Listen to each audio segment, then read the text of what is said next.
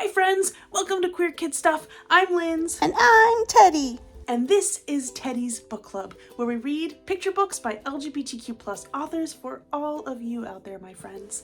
And right now, we are celebrating Pride Month because it's Pride Month right now, and we're reading lots of Pride-themed books for all of you. And this week, oh my gosh, we're learning about some really cool people in this book and the beginning of the LGBTQ+ movement as we know it. We wouldn't have Pride without the story that this book talks about. Isn't that pretty cool, Teddy? That's really cool, Linz. All right, we are reading Sylvia and Marsha Start a Revolution. It's written by Joy Michael Ellison and it's illustrated by Tashika Silver. And it tells the story of friends Sylvia Rivera and Marsha P. Johnson, who helped start the LGBTQ+ movement as we know it today.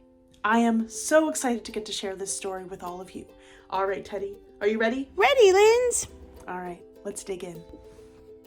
This is Sylvia and Marsha Start a Revolution, written by Joy Michael Ellison and illustrated by Tashika Silver.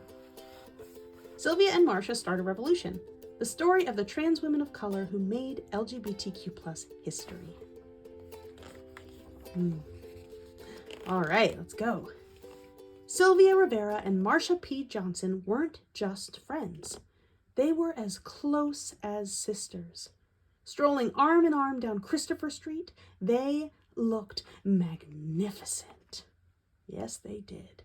"Sylvia," Marsha cried, "see that girl over there? She looks hungry. Give her $1. "Marsha," said Sylvia, "that's all our money. How will we eat?" Marsha smiled. "Us? We'll be fine, honey." "It's not right for these kids to be sleeping on the street," said Sylvia. She remembered what her grandma said when Sylvia wore a dress for the first time. Sylvia had finally felt free. But Grandma frowned. "You're a boy," she said. "Act like it." Sylvia knew she could only act like herself. Sylvia, like Marsha, was a transgender girl. People thought she was a boy, but she knew differently. She hated seeing other trans girls suffer just for being themselves too. She hated seeing other transgender girls suffer just for being themselves too. "We've got to do something for girls like us," she told Marsha. "That's a man in a dress," a woman shouted, pointing. "Look at me," Marsha said, twirling. "I'm not a man. I'm a woman, and I always have been." Sylvia laughed.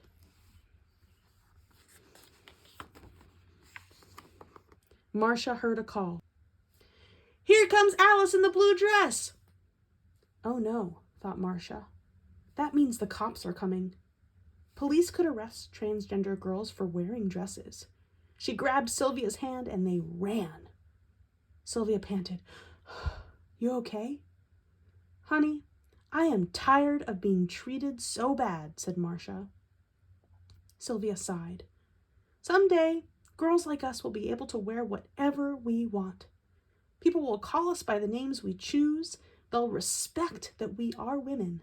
The cops will leave us alone, and no one will go hungry." Sylvia and Marsha talked and talked about making life better for themselves and their sisters.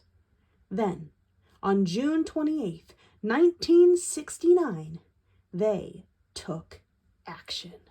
Ooh, I wonder what's going to happen. Sylvia burst into the Stonewall Inn. "Happy birthday, Marsha!" "Thanks, honey," Marsha said. They grooved on the dance floor until Marsha heard a voice yell, "Here comes Alice in the blue dress!" Oh no, she thought. The police! Oh no, what do you think's gonna happen? "That's a man in a dress," a policeman sneered at Marsha. "Show me your ID or I'll arrest you." "Not on my birthday," said Marsha. The police ordered everyone into the street and began making arrests. "Come on," Marsha yelled. The two friends rushed toward the police van. Oh my goodness. Wow. They pushed past the officers, broke open the van door, dragged out their friends, and set them free. Oh, look at that. They're all coming out. Oh, amazing. And they're canning in the street. The revolution, shouted Sylvia. It's beautiful. Yes, it is. The next day, everyone on Christopher Street was talking about the Stonewall Rebellion. Sylvia and Marsha strode with pride like two lionesses, roar, until they heard the call.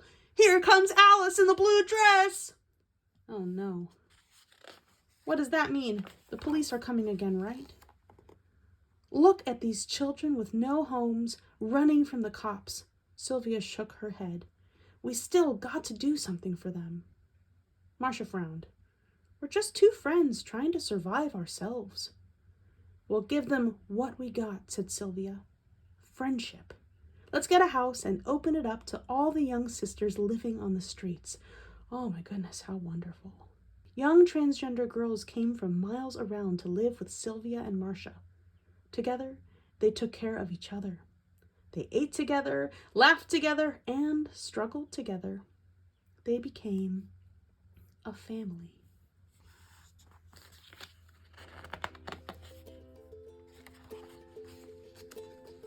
Sylvia and Marsha spent their lives fighting for the survival and rights of transgender people. Through it all, they were best friends. Their memory shines like a star, showing us that with our friends, we can change the world. And there's an illustration of the Stonewall Inn that still exists in the West Village in New York City today. All right, and there's lots of other awesome information in the back of this book that I love that you can read when you get it for yourself. All right, that is the end. Oh, look at those stars, just like Sylvia and Marsha. That was Sylvia and Marsha Start a Revolution, written by Joy Michael Ellison and illustrated by Tashika Silver. Oh wow, I'm so excited we got to meet Sylvia and Marsha together, my friends. I love Sylvia and Marsha. We actually have a Queer Kid Stuff video that talks all about Sylvia and Marsha and the Stonewall Inn, where the LGBTQ+ movement and pride as we know it was started way back in 1969. But if you liked this story, if you liked this book, please grab your grown-up and go to our bookshop.org link and you can get your very own copy. You can read it at home. All right.